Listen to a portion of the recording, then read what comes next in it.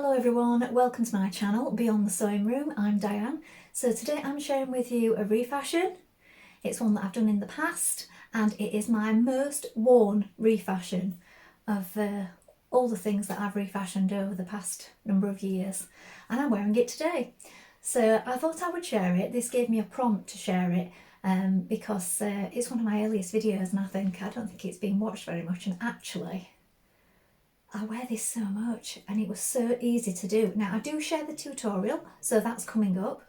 I thought I would mention it because I'm wearing it and also because I've got it layered up for the winter. So it's winter here in the UK at the moment and I'm wearing it. I've got a long sleeve t-shirt and I've also got a top under that and then thick tights, and I tend to do this with my dresses that I like to wear across seasons. So I wear it all the time. I really love it.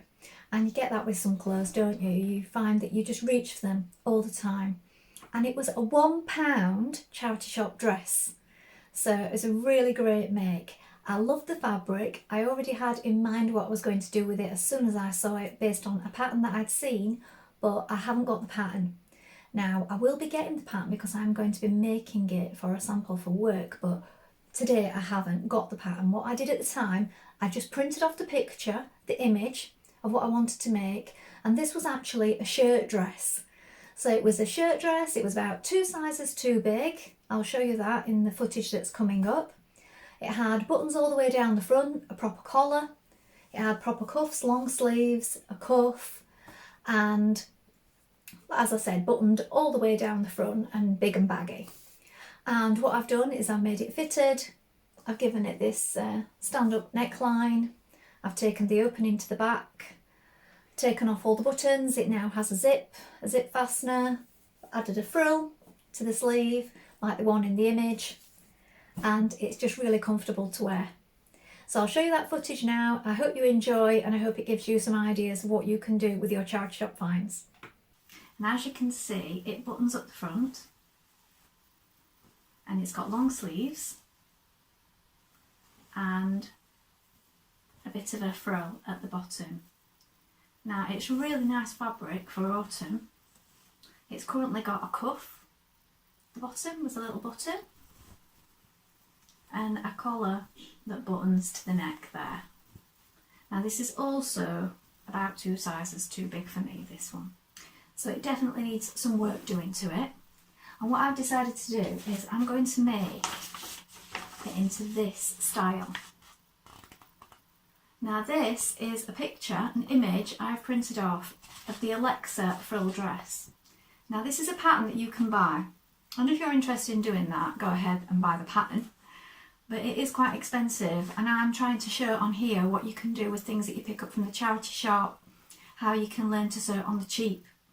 So what I want to do is create a look, but without using the pattern. So the dress is not a million miles away. It has got a frill skirt. It's a little bit too big and it buttons up the front, whereas this one is straight at the front. It's also got full length sleeves in my dress, and this one has 3/4 sleeves. Now that's really easy to do, so this is really manageable to make it look like this. So I've just printed the image so here you can have a proper look.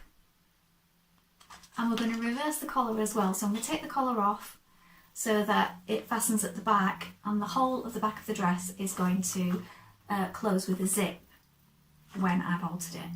So it's just a couple of little changes that we're going to do, and I'm going to show you how to do that now. Now first job is to take off the bottom skirt. Now you could unpick all of this, but you've already got those gathers in for you. So what I'm going to do is I'm going to cut it just above where it's attached, because that'll be much quicker. So cut close to where that line of stitching is there. Now you're only losing sort of 1/2 centimetre there from where it joins on the body, so it's barely anything. And just gradually cut that all the way around. Now just take your time because you want to keep it as close to those stitches as possible. And when you've got the skirt out, like so, you're just going to put that to one side for now.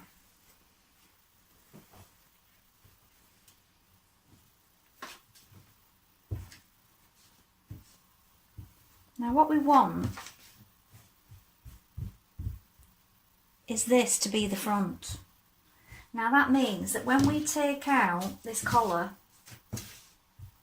this is going to want to be shaped down a little bit because that's going to be on the front of our neck. So if you look on the image, you need it slightly curved down. It's not going to be as high up as it would be if it was at the back of your neck. Also, here, where your button holes are, and here, where your buttons are, they're going to want to come off. Now what you could do is, if you want it to button up the back, you could leave the buttons and the buttonholes on. Because this dress is a little big on me, and I always recommend if you're buying things from a charity shop to refashion that you buy them too big, because then you've got a bit extra to play with. I can take this out completely and know that I'll still have enough to insert my zip. So if you want to leave it on, fine. But what I'm going to do is I'm going to cut that off and I'm going to be inserting a zip. So I'm just going to completely remove that band on both sides, and that's where my edge to edge zip is going to go. So that's one side and the other. We're also going to cut off our collar. Again, keep it in as close as you can. Now you can start a few stitches off and unpick it, but it will take longer and we will be cutting a little bit away anyway. So if you want to, carefully start it off like this.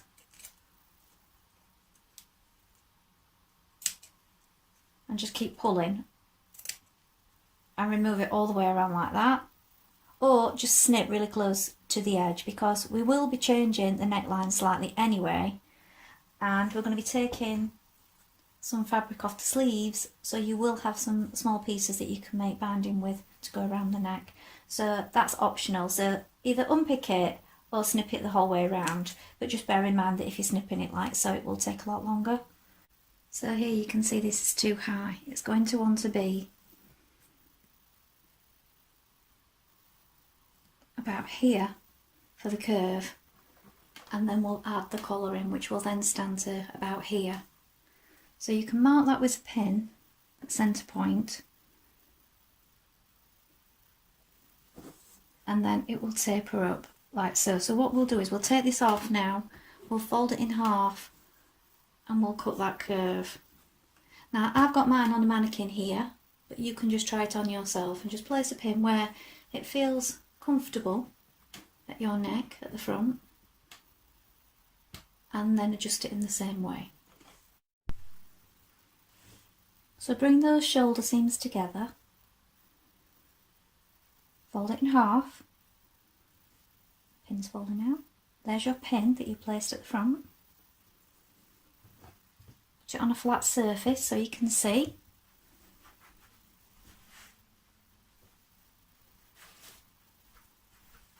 Here is our pin, bring that down a little. Here is our pin, here's our shoulder. I'm going to take that out now, so I know where I'm cutting from. And you're going to cut gradually in a sort of curve.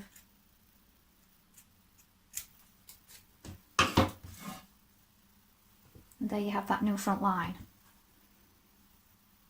where your collar's going to go.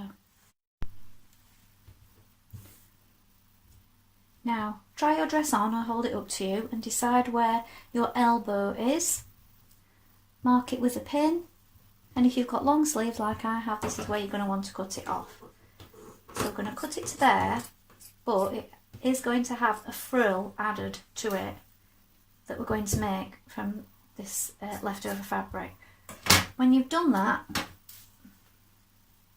you can check your other sleeve by placing this one on top. So lay your other sleeve out flat. Mine's quite crumpled.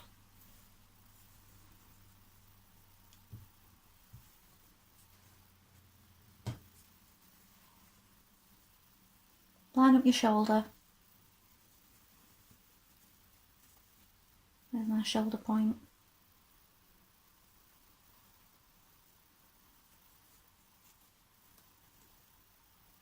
And mark it on this sleeve before you cut it. I've turned it inside out. You have to try it on yourself or on a mannequin if you've got one. But before I put any sort of collar on this, I can see that this is hanging big around the neck, and that's because it was a big size, a bigger size than I would take. So I'm going to alter this here, and also I've taken it in a little bit at the sides, but there's still some room at the front before I put the skirt on, and it is going to be fitted because it's going to close with a zip at the back. So I'm going to add darts here and also a couple of little darts here to bring this in. So you want to pinch it both sides. So I'm going to do one on this side.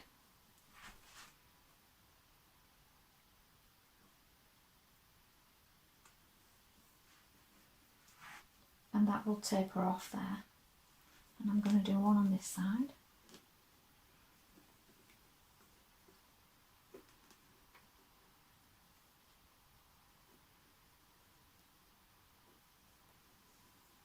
And as you can see, that's already pulled that neckline flatter. And then here, where we've got all this excess, I'm going to do them from the bust here down to the waist. Now, if you haven't got a dress form, do this on yourself. I always did that before I bought this. So it is doable. You don't need to have a dress form. You'll probably get a better fit on yourself anyway. I'm just using it on here so you can see exactly what I'm doing. So now I know this is accurate for me because I've got it to my measurements, so I'm going to put a pin here.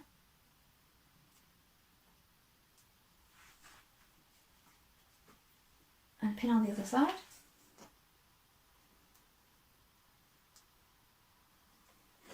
And then directly below each pin, I'm going to pinch it in so I can see by eye that that's about right. You may need to play around with it to see exactly how much you want it to come in by.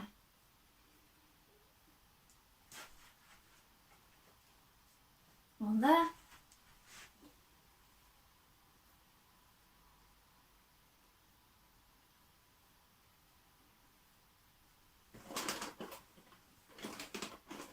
And one there. I'm just going to take that one over a little bit because I can see that's not exactly straight.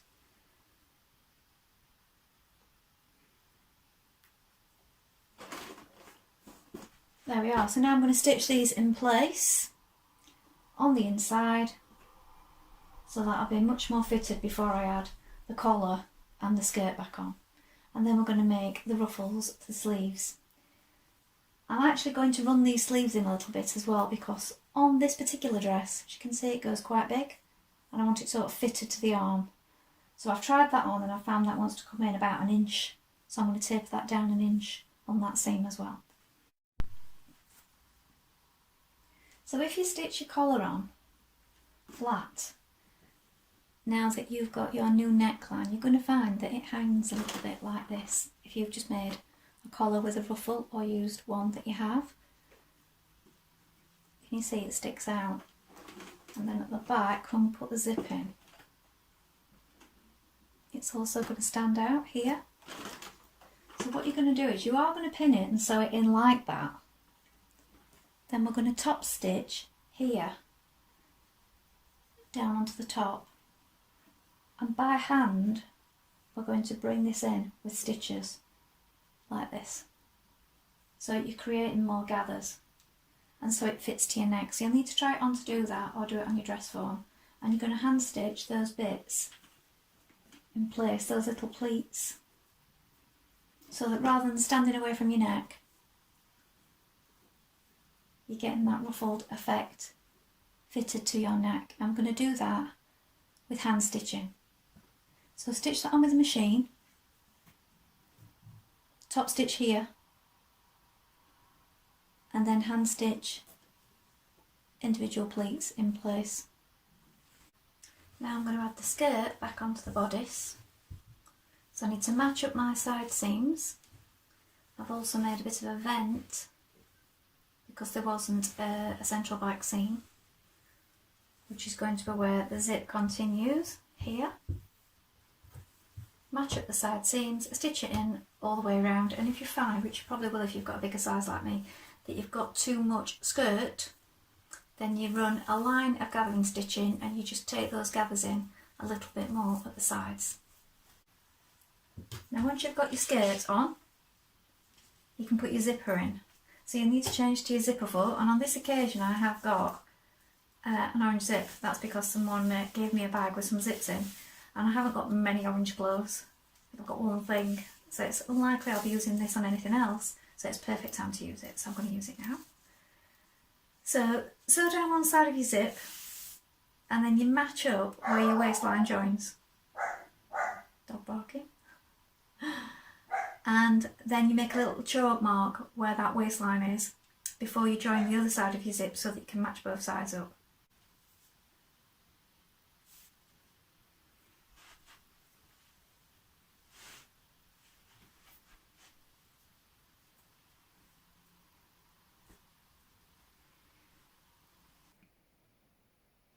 So that was the remake. I hope you enjoyed it. Please let me know in the comments below if you've done anything like this or if it's given you inspiration to do something like this yourself. Remember, it was only £1. It's always good to check out the rails on the charity shops because they often have things that they can't sell, but you can find some really good treasures in terms of fabric on there. Also think about things like zips, buttons, anything that you can take off and use. Even if you don't want the garment, things like that alone, it would cost you more than £1 for a zip quite often, depending on the length of it. So remember to buy things just for the notions, even if you don't want the item, or you could save the fabric for lining something. So I hope that gives you a few ideas, something to think about. Remember to like and subscribe, and I'll be back soon with some more sewing for you. Thank you for watching. Bye for now.